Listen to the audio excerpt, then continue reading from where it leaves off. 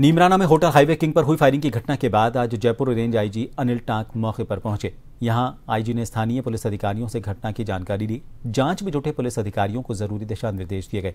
साथ ही आईजी ने जल्द घटना का खुलासा करने और बदमाशों को पकड़ने की बात कही। आपको बता दें, रविवार को सुबह 5 करोड़ की रंगदारी की मांग को लेकर बदमाशों ने इस होटल पर फायरिंग की थी। बदमाश दहशत फैलाकर काउंटर पर पर्ची पकड़ाकर चले गए थे।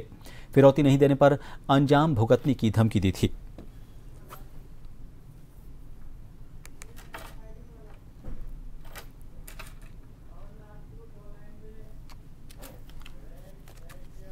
और इस खबर को लेकर जानकारी लेंगे। नीमराना से हमारे संवाददाता पवन राजपूत इस वक्त फोन लाइन पर बने हुए। पवन, लगातार वहां पर इस तरह के मामले सामने आ रहे हैं, रंगदारी मांगी जाती है, फायरिंग करते हैं, पुलिस पहुंचती है, आईजी रेंज के स्तर के अधिकारी भी आज वहां पर पहुंचे हैं, लेकिन सरकारें बदलने के बाद भी इस तरह की जो घटनाएं हैं उन पर रोक नहीं लग पा रही है। फिलहाल जिम्मेदारी ली गई है 2 गैंगों की तरफ से इस पूरे मामले को लेकर। जब आईजी वहां पर पहुंचे हैं तो क्या किसी तरह का कोई इंप्रूवमेंट नजर आ रहा है?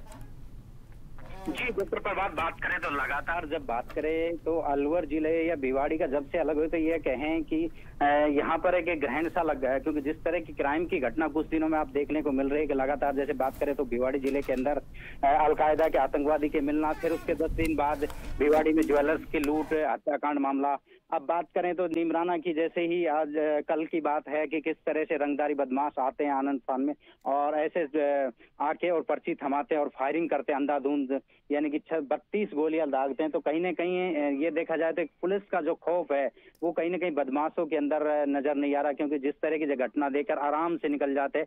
तो कहीं ना कहीं उनसे ये कहें कि पुलिस का जो खौफ है वो बिल्कुल नजर नहीं आ रहा, क्योंकि आज जिस तरह से बड़े अधिकारी जैसे घटना हो गई तो अब आनंद फानन में पहुंच रहे हैं और कह रहे हैं कि जो गैंग है हमारे लिए चुनौती भी है, हम उनको जल्द पकड़कर गिरफ्तार करेंगे, क्योंकि हवाला देते हैं कि हरियाणा सीमा होने की वजह से बदमाश यहाँ से बदमाशी करके इधर उधर निकल जाते हैं। तो कहीं ना कहीं देखा जाए तो डॉक्टर प्रभात, ये कहीं ना कहीं कम्युनिकेशन होना चाहिए। 2 स्टेट हैं तो एक दूसरे का जुड़ा होना चाहिए, एक दूसरे से पुलिस तंत्र है वो दोनों का कम्युनिकेशन चलना चाहिए जो पहले चलता था।